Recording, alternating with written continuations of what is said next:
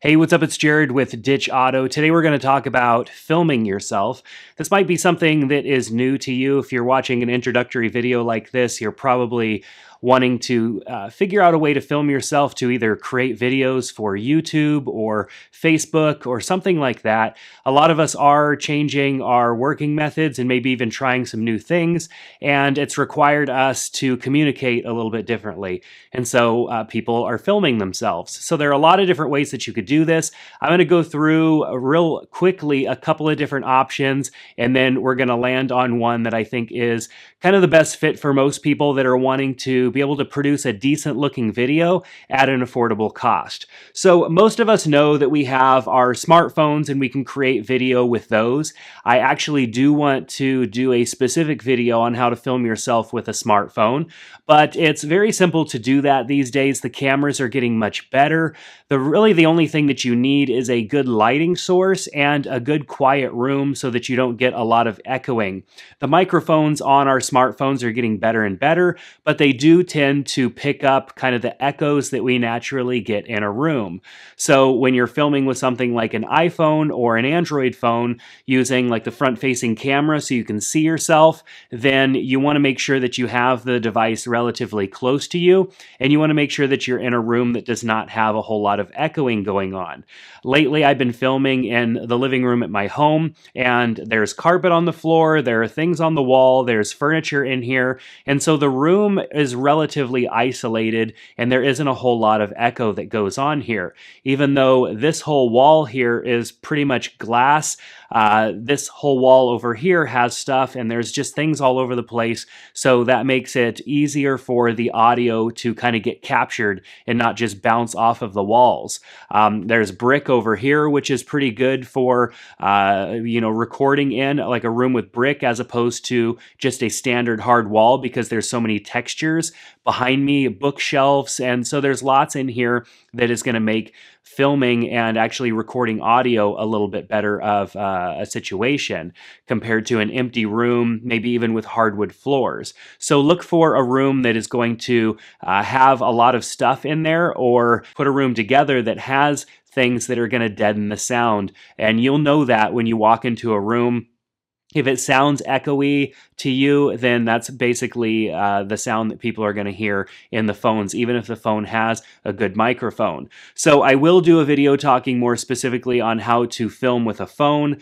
So this is a video test filming with the iPhone 11 Pro Max. Now, I wanted to use the better cameras, which are on the back of the phone, which means I can't see the screen of my phone. So to start and stop recording and to preview what I'm looking at, I can use my Apple Watch. Looking through the Apple Watch, I can frame up my shot, I can start and stop recording, and then when I'm done, I can go and look at the back of the phone to get the playback. Now, I'm utilizing the standard microphone right from within the phone. This is nothing special, more than just the phone itself. You can use either the standard camera app that comes on the iPhone, or in this case, I'm using Filmic Pro, which is an aftermarket app that allows you to do a little bit more customization with your video filming. You can go to a more extreme level and have a setup like this that is a Sony a6600 with a nice lens and a microphone. This is the type of thing that you often see people on YouTube recommending, and so you're probably getting the idea here. I'm starting out by showing you both ends of the spectrum. Of course, this is a bit more of an advanced system. A setup like this is going to cost you a few $1,000s, and I have a nice little tripod here, like a tabletop tripod that I could set it on. Sony has also recently released their own Bluetooth grip that works with most of their cameras that have Bluetooth, and then it actually folds out into a little tripod base as well, and you can just screw this onto your camera and carry it around and then set it down on the table. It has buttons on it for recording and stopping and all that good stuff, so something like this is a pretty good option. So when you're filming with a camera like this, though, there's a little bit more going on. A lot of times with a camera like this, you do want to be able to understand manual settings and how to set up the camera so that you're getting the best looking video footage that you possibly can. For example, the camera that I'm looking into right now is the Sony a7 III with a really nice lens and a digital recorder that actually allows the camera to output higher quality video than what could be captured inside of it. And so the video ends up looking really good. I then have a microphone positioned right here, right above my head, so that I can capture the best quality audio possible. And so my setup is a little bit more advanced. A setup that is more attainable would be something like this. This is a Sony Handycam, which is something that you don't see a whole lot of these days because a lot of other cameras, like the mirrorless cameras that I just showed you, are so accessible and they do such a great job. But there's a lot to them, and of course they are photo cameras and they do a lot, but these cameras still serve a pretty decent purpose. This is the FDR AX43, a newer one from Sony that shoots 4K. It has image stabilization. It allows you to put a external microphone on it, although it does have a 4-channel microphone right in the front of it. And so this is a setup that is a little bit more accessible to people because of the price point, and also this type of camera is a little bit easier to operate. So this camera is going to produce pretty good video quality just out of the box without messing with the settings, but you can control the settings manually if you would like. What's nice about it is that it has a flip out screen, and when you flip the screen out, it powers up. You might have seen the lens open, and it fully articulates all the way around. This is something that a lot of other cameras don't do.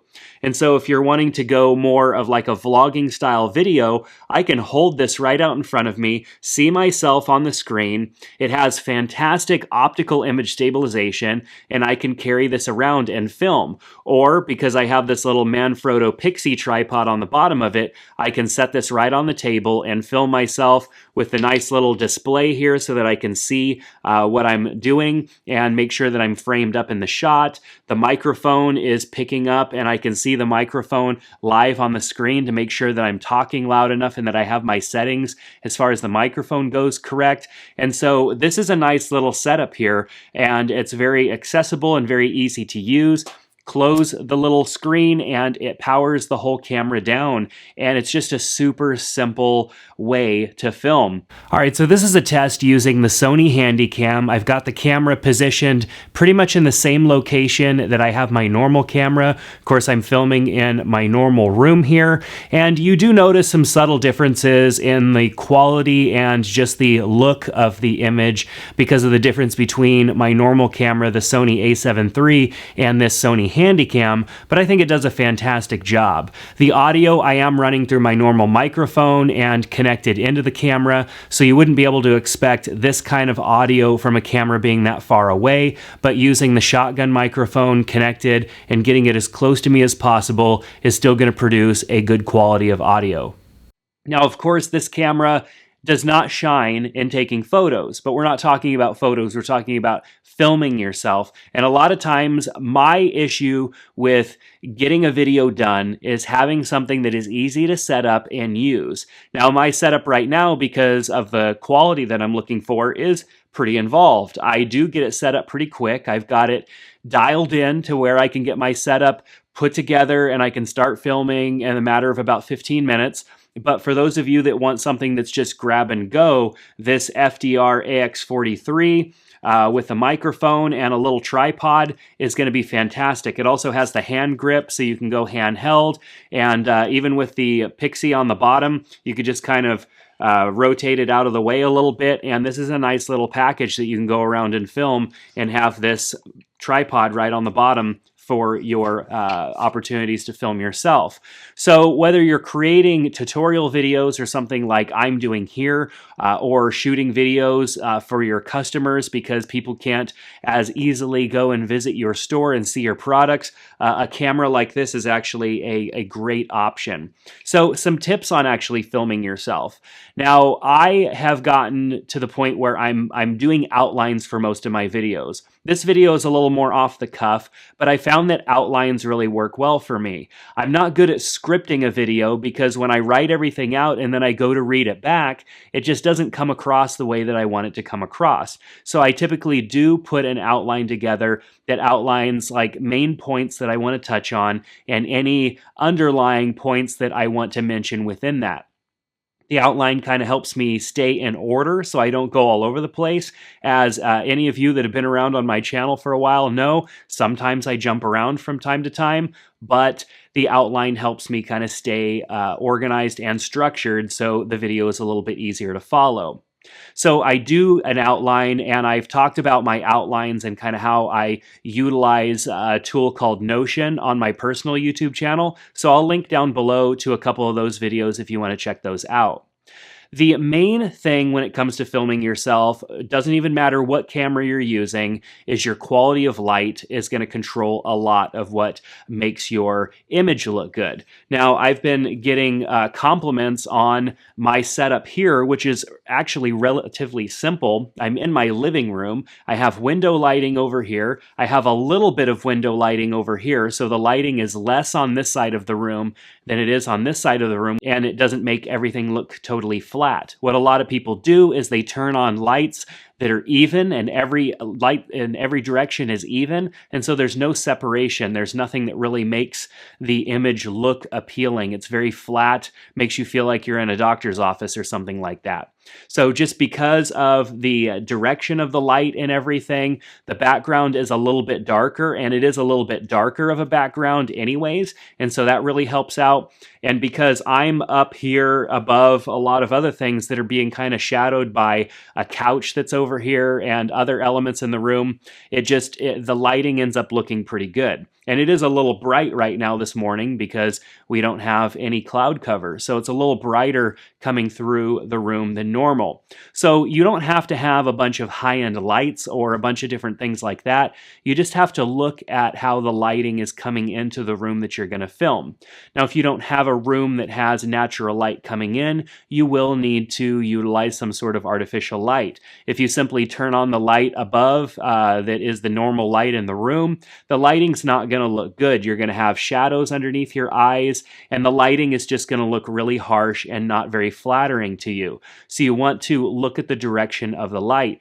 And it may be easier to do that by actually getting somebody to come and sit in the place that you're thinking about filming, and then actually work on lighting them or figure out how you're going to do that. If you don't have a room that has a lot of good natural light pouring into it like I do, then you can fake that by putting some sort of a light over in that direction.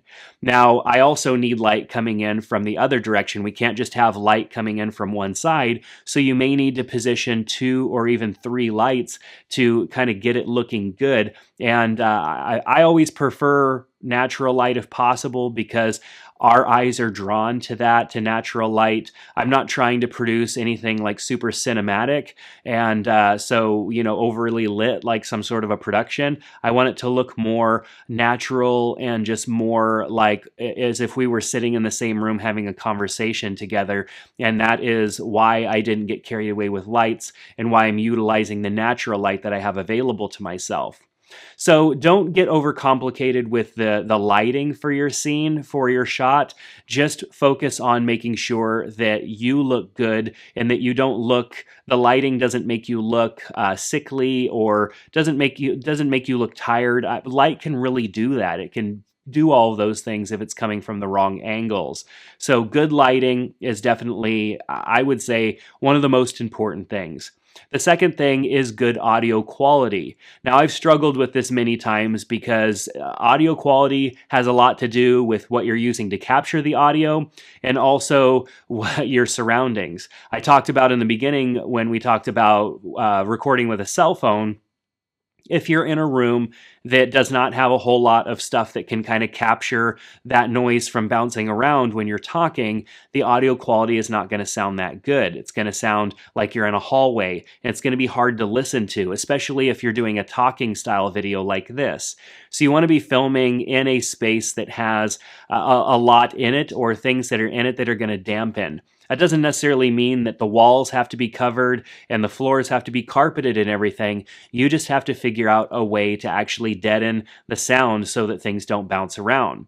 Now, a while back, I had an office space that did not have carpeted floors or really anything on the walls. And so I put these curtains up with thick felt kind of in front of me. So when I talked, my voice would go into those and it would basically capture that and it wouldn't reverberate around.